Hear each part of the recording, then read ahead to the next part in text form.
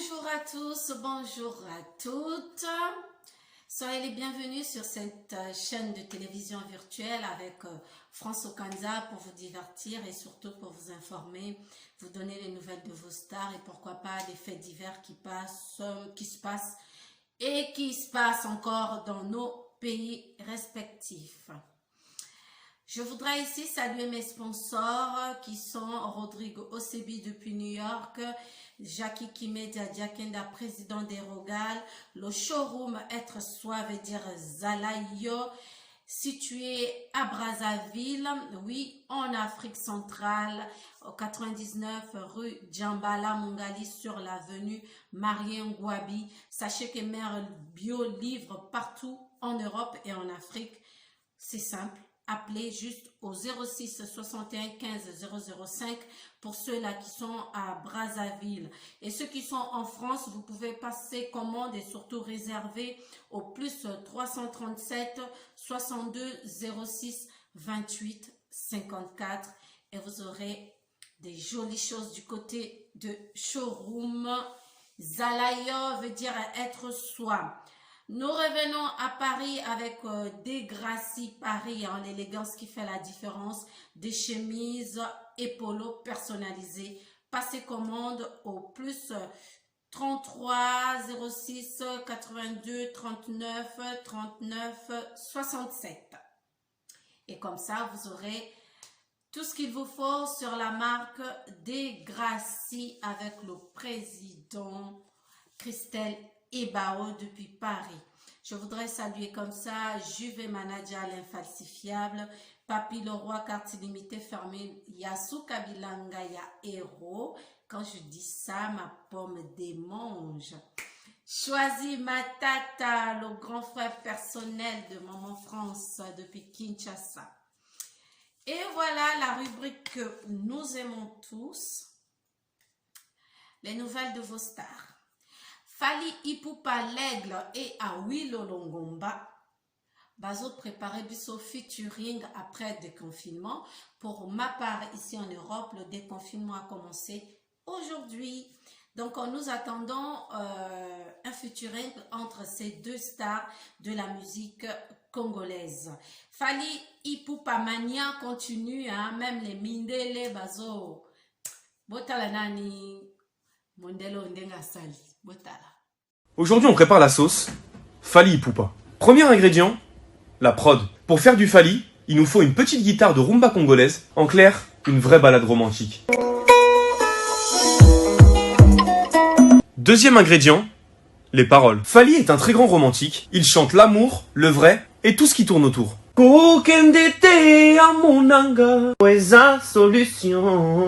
Dernier ingrédient, les ambiances. Faire gagner la merveille. Tocos. El Mar. Allez, on passe à table. Faire gagner la merveille. Le président Malik Toé, très très fort. The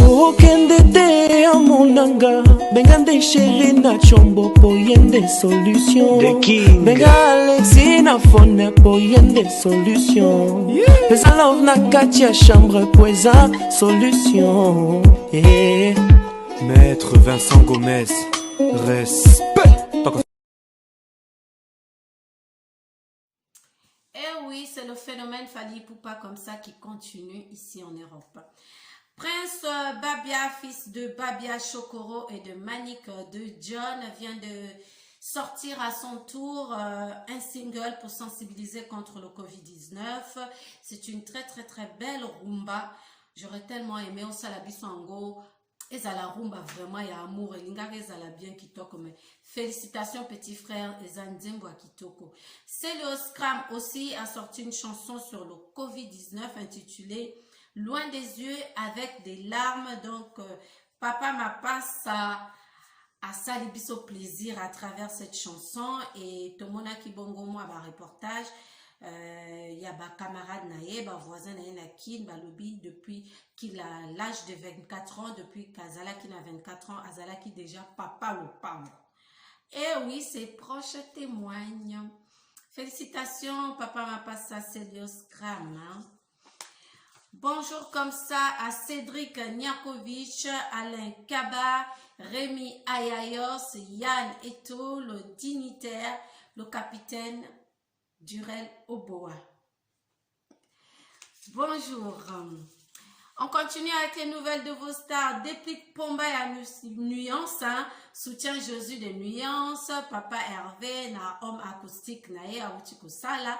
Et il a aussi félicité la carrière musicale de son grand frère Fali Ipupa. Déplique Pomba, vraiment Zalaka Bongo au milieu du village, et ça bien. Zachary Bababa sous au micro de Nana Bodouga Lobby, Fali Ipupa Mbanga, net na film. Allez-y comprendre. Hein. Bonjour comme ça à Hervé Gibi Koubouakou Telema, l'honorable député de la République. On n'oublie pas le ministre humble de la République gabonaise, M. Mathias Otunga Osibadjo. Bonjour de la part de France Okanza.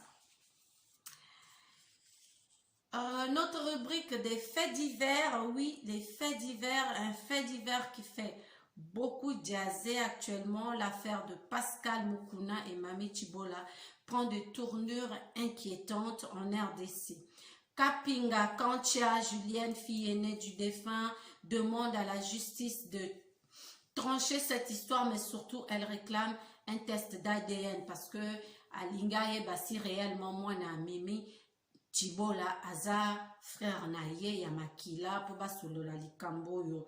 Natiki Bino, regardez un peu Julienne Kapinga Kanche s'exprimer ici. Regardez. J'espère avant que tu n'as loba, muto nyon so ayebi ngai, amoni eloni ya Kancha, epa na ngai. Ngai nde mwana ya Kancha ya mwasi ya liboso. Naza na pasi ya makasi. Kotala musalo papa na nga sala na vie. Lelo oya komi humilié sur base ya mwasi moko quelconque, soit disant zaki mwasi ya papa na biso. Na basai na Nzambe. Na ebite na ndenge ya église.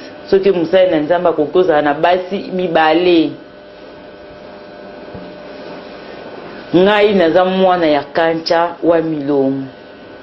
Mwasi na ye kombo na ye so na kumanda Marlène. Mwana na ye ya liboso Milongo. Kancha Séphorien. Ngai Kapinga Kancha Julienne. Moi Vidi Kancha David. Kapena Kancha Benjamin. Mujinga Kancha Virka, oh la mama.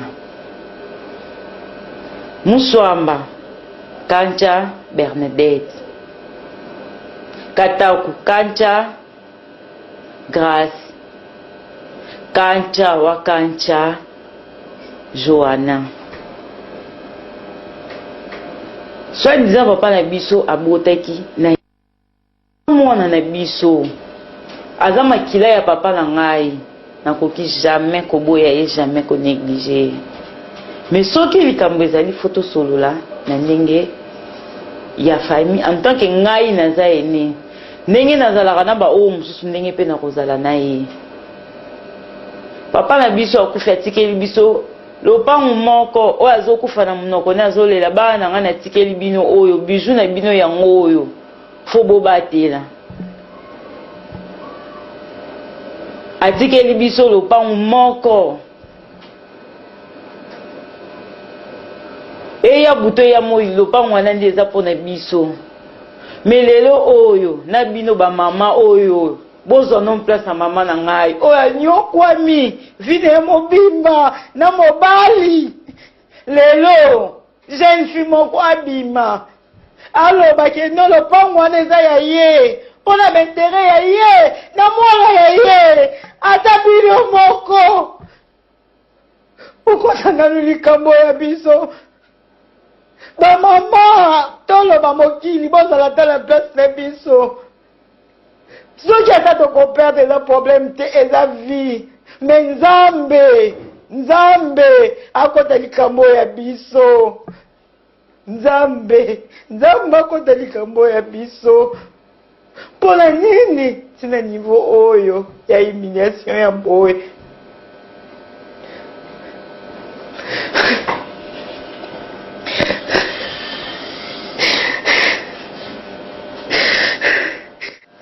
Bandeko na ngai, ko comprendre ngai. Pasi. Papa oya ngai lelo oyo. Ekomi nzembo na mnoka batu nyonso soni. Soka za mwana na biso. En tout cas, l'État bosunga biso. Bosunga biso. Parce que na mutema oya mama oyo tina niveau ya ko humilier. Oyo azo prétendre soi-disant zaki mobali na ye. C'est que il faut toyeba soki ya solo vraiment mwana wana za mwana na biso. Soki aza mwana na biso. Tokosala nyonso. Mais na comportement ya nani? Ya maman. Soi-disant maman. C'est que nakoki kondima jamais muleki na ngai ya boka na maboka mama wana. Bakonza mboka bosunga biso naza makila kancha. Ndenge mwana naza makila kancha. Poto yeba c'est qu'il faut tokende na Aden. Na Aden tokokende soki aza mwana biso ngana préféré. Biso moko to bokola mwana oya biso. O soki bambongo ya ye problème te nini te papa la biso abala te. Abala mama ya biso bakenda na commune makamu nyonso. Mukanda soi-disant zaki mobali na ye. Na ndenge oyo mwasi azo oze ti kosala mamba bose kaza la capacité peut-être ya koyebisa papa la biso changer mikanda na ero yo bali ngai. Mais pour na niti na niveau papa la biso ti akufi po anya changer mikanda te andinga tika na kombo ya mwasi ya lobi ya balaka ete azaki soi-disant mama ya bana ni kaka azwa tina niveau cha kombo ya soi-disant mama bana na kata buka ya lopangu certificat d'enregistrement na biso yango. Certificat d'enregistrement na biso yango. Lopangu na biso yango oyo. Bakombo oyo eza na kati. Eza Milong, Kapinga, Mwavit, Kapena, Mujinga, Lusamba, Katako, Kancha, na mama na biso, so na Kumanda, Marlène, na papa na biso, komboniza na kati. Pe lupa moze ya papa na biso ye moko te, atiaki biso nyonso toza ba copropriétaire, tozaki ba copropriétaire. Ata soki azaki amvi papa bisa koka koteka lupango te. Biso nyonso tozaki ba copropriétaire. Na mkanda o nani? O ya libaya mama ya biso ya ngolo. Abali mama ya biso na bandundu. Davi ya paz nyonso ya ngolo. Légitime na éviter kombo légitime soki ekomi nango peut-être esika kala na baso ba légitime. Femme légitime, et ce qu'on matin à niveau au sala marambo et au sala. En tout, mais donc les tina nyonso, mais éviter na lobani l'État.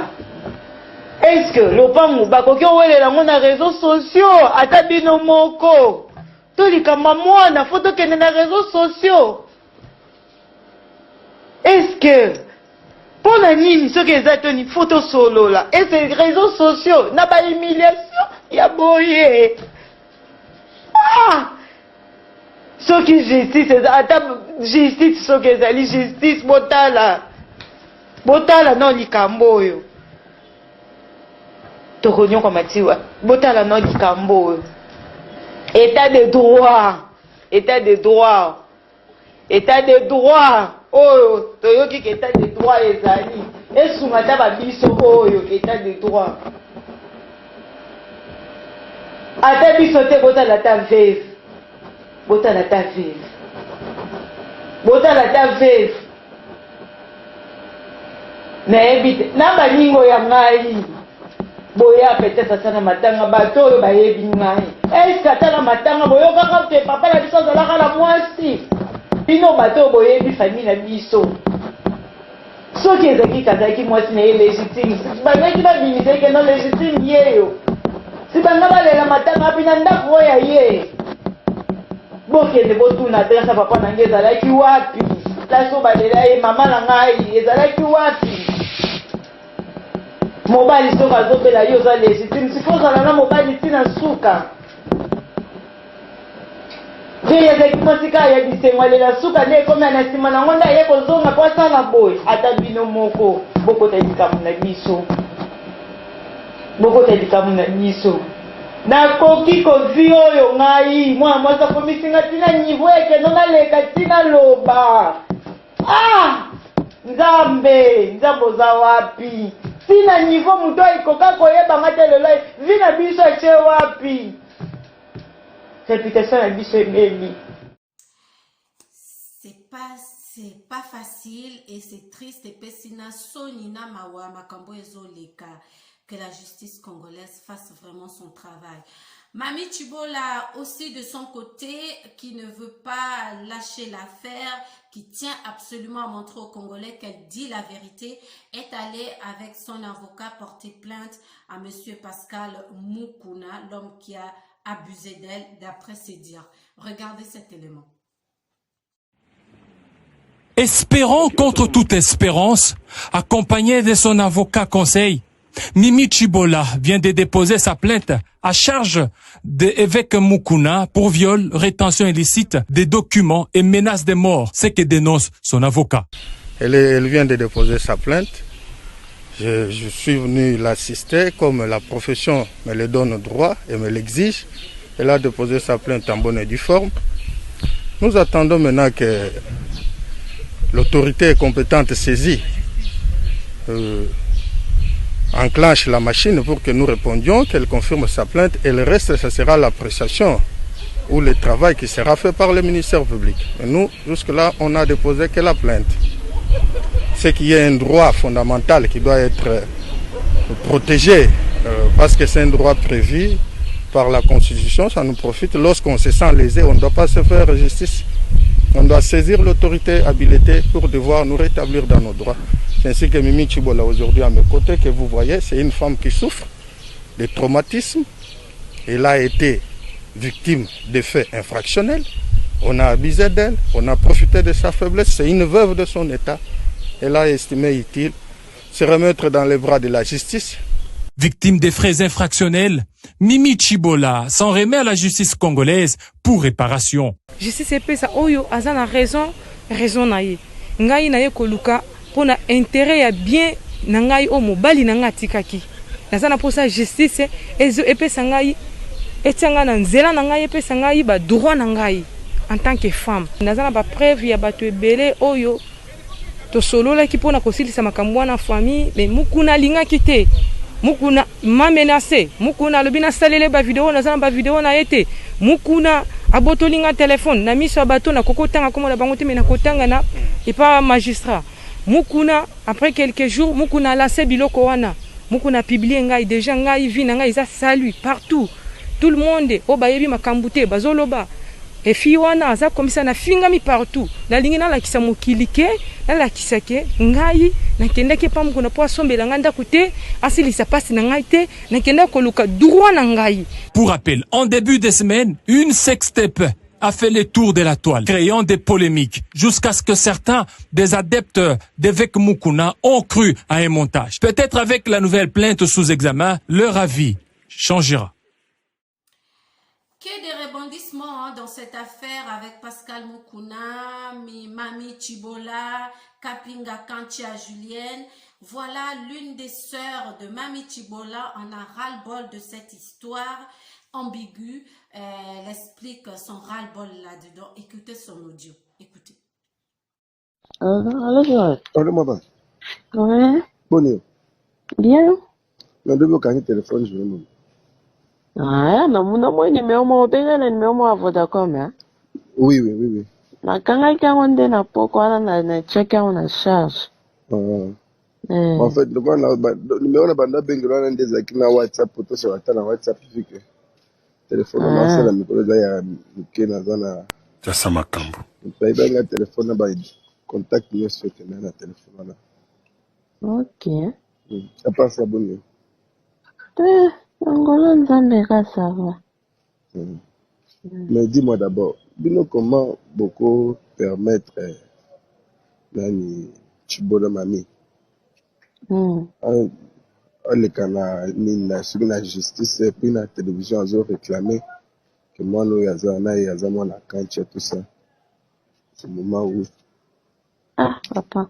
Ye moko asema kama na yeye bisi batu te siko biso toloba nini. Mais c'est très dangereux, moi biso toza bakasa. Eza na biloko mosusu oyo beaucoup permettre te mwana na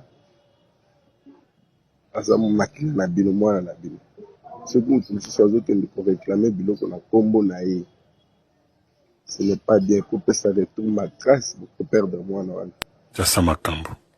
Ye azomona makambo wana nyonso te. Mwana azalaki kuna na ndako bayebisaka ke samedi yango oyo asali makambo wana ayaki kozwa mwana na ntongo. Ayaki kozwa mwana na ntongo atinda ndeko na ye moko aye kozwa mwana na ntongo na pokwa nde asali makambo na ye wana ti lelo mpe aye ozongisa mwana te. Azobenga te nga na komeli azotuna nga seki. N'importe quoi. N'importe quoi. Siko grand frère no azoloba. Alobi akende na mwana ye wana azongisa lisu na ndako te asala makambo na ye. Non, mama eza makila na bino okosala eloko ya bongo te. Ye grand frère aza te eza na ye. Faut dénoncer biloko ya bongo, ce n'est pas bien. Nous sommes des hommes. Et puis quand tu as ça kufi biloko ya bongo koréclamer biloko ya mowei na kombo ya mwana oyo yebi kaza mwana na ye te. C'est quelque chose qui n'est pas bien, même devant Dieu, même devant azobebisa nde vie ya mwana parce que azomona ka présent azomona mbongo mais lobi ya mwana ezo intéressé ete Jasa makambo. Ye azomona mbongo azomona nyonso wana asali makambo wana donc vendredi journée mobimba azalaki kuna na ndako na limite wana epa mama ti lobi nango soki atikelaki mwana malobaki ya kolamuka azala mawa apo olobaki ozoluka nga ya mwana alamuki azalaki mawa bapesi eti ya boye basala boya boye ono je cherche mama babengi mama na ye atindi moto aye kozwa ye andembaki esiko nga nakomeli azotuna nga seki nakomeli kaka bon yo oza lisusu na nimero na nga te merci arépondre na ye mpe nga te Chibola akomi na niveau mabe akomi star na leki na ye mpe aya kobima mpe ke yo nga mpe napima na mokolo donc basali bato babusali te moko ate basaka na makambo nyonso benga basali ya nzambe te omoni jour oyo nabengisaki bino na gombe oyo boyaka na gombe na ntango amonaki omona ndenge akimata namonaka abengi nga pembeni o te joel oyebani na ivete wapi ngabi ivete azalaka camarade na nga depuis bourgeois epuis grande sœur naza sœur na biso église o te oyebi ndenge eza boye ivete azalaka tata mwasi ya mwana oyo nazalaka naye ngabi mwana azalaka mwana kancha te o te azalaka mwana kancha nde jour avoele ngai eloko wana bizarrement aza ndoki mami aza ndoki ya o niveau aza nde amonte eloko na ye wana donc na ndenge moko na ya busali te makasi mpe azose contredire ye moko donc c'est vraiment leki na ye alobi ke ye mwasa ye mami alobaki ke bavideo wana nazalaka na te babotolanga deja pa mokolo leki na ye aleki alobi nga namonaka video na telefone ya yaya nazwa na mitindela natindelaka mpe moko na mpona yebiseke mpo anini osangisi biso donc bango bazoloba makambo babaluki balobi makambo babaluki n'importe quoi oyo ka bavérité oyo biso toyebi wana oyebi ke sapele Jasa makambo. ntango azosala biloko wana ayebaka peke nzambe azali justice ya nzambe eza bana kancha mpe basi bayebi bafundi oyo mpo ye alobaki ke kapi abimi na mokuni bango mpe baporte plainte kapi alobi alakisa ye place ye abima na mokuni na mikanda lopango papa atika kombo na ye te Parce que soba nana ba exige examen à den. Ndelo ko boma yeka. Kasi balobi soki mwana moko alobi wana ke toyebaka mpe ke mwana ngo azalaka ya biso te. Ozoyoka. Soki sotanga makambo bongo ekomi déjà kozima. Et puis mwana wana pe photocopie mobimba ya grand frère na yo. Aza ata na tre moko te na mwana ya kancha. Mpola aza na bouloge oyo kaka bouloge ba au niveau babenaka nanga. Eza pasi mpona ye. Vraiment triste, ezosala pasi. Grand frère no comment les années? Olobi? Grand frère no comment les années? Kabane. Kabane? Nde prénom na ye? Jassa Makambo. Allô? Allô? Prénom des années? Obi? Prénom na ye? Ya nani? Ya grand frère no. Papa ya du. Ya joli. Na benga yesolo na ye aleka ademantir bizoba ya mwana mwasi wana. Papa, aza lokola munene, aza lokola mani asalisa ye biloko. Azoki mpe na ye makambo wana ete alobi asala makambo na ye etali ye te. Asamika kosolola na ye. Jassa Makambo. Ça fait mal. Mais à sauver les moyens parce que tout ça va faire puis tout ça va casser. Donc quoi?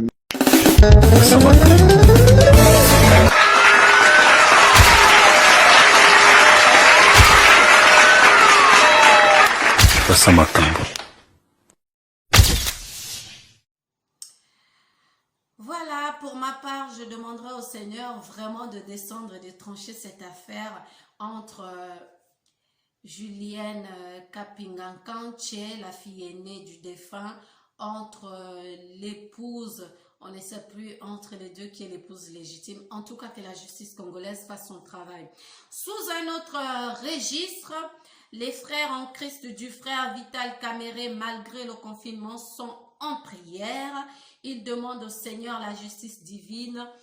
Bazo sambela abomona ndenge batie ba fiche babambi ba fiche ya Vital Kamere na kati ya église na bango na paroisse bazo sambela makasi ponza basunga frère Vital Kamere.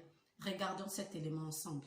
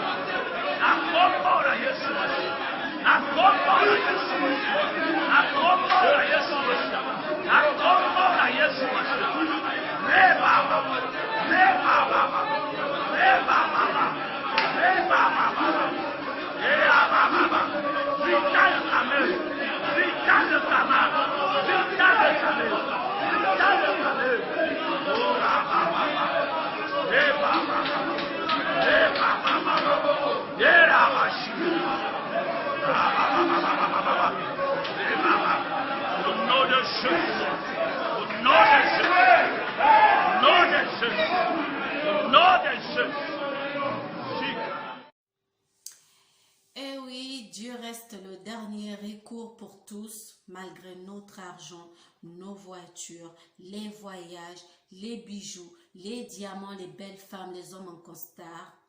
Mais c'est Dieu qui a le dernier mot. Voilà les fidèles d'une église, Bazo Sambela Pona, Libération Frère Nabango, Vital Kamere, Abimane Sikawana, quel que soit rang à moto. On a toujours besoin de Dieu et ça lit bien. Voilà, nous sommes arrivés presque à la fin de cette émission. Et ça là kinga bien kozalana bino na sepeli makasi nga France au Kanza, j'accepte. Je reste, je demeure. Je médite, je projette. Mais retenez une chose, entre être et paraître, moi je suis. Je vous dis à bientôt.